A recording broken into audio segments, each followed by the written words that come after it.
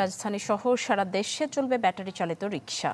দুদিনের আন্দোলনের পর প্রধানমন্ত্রীর এই নির্দেশের কথা জানিয়েছেন সেতুমন্ত্রী ওবায়দুল কাদের। বলেন, দ্রব্যমূল্য সহ নানা বিবেচনায় এমন সিদ্ধান্ত নিয়েছে সরকার। এর আগে অটোরিকশা চলাচল বন্ধের প্রতিবাদে আজ ফের রাজধানীর বিভিন্ন এলাকায় বিক্ষোভ করেন চালকেরা।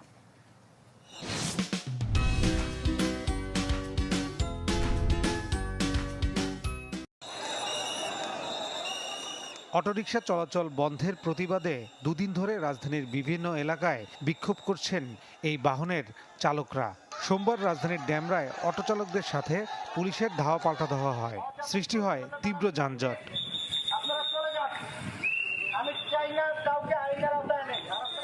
অটো চালকরা নামেন মোহাম্মদপুর বেরিবাদ সাদেক খান পাম্প এলাকায়, অবরোধ করে রাস্তা। পরে পুলিশের হস্তক্ষেপে অবরোধ সরিয়ে নেওয়া হয়। এছাড়া রাজধানীর রামপুরা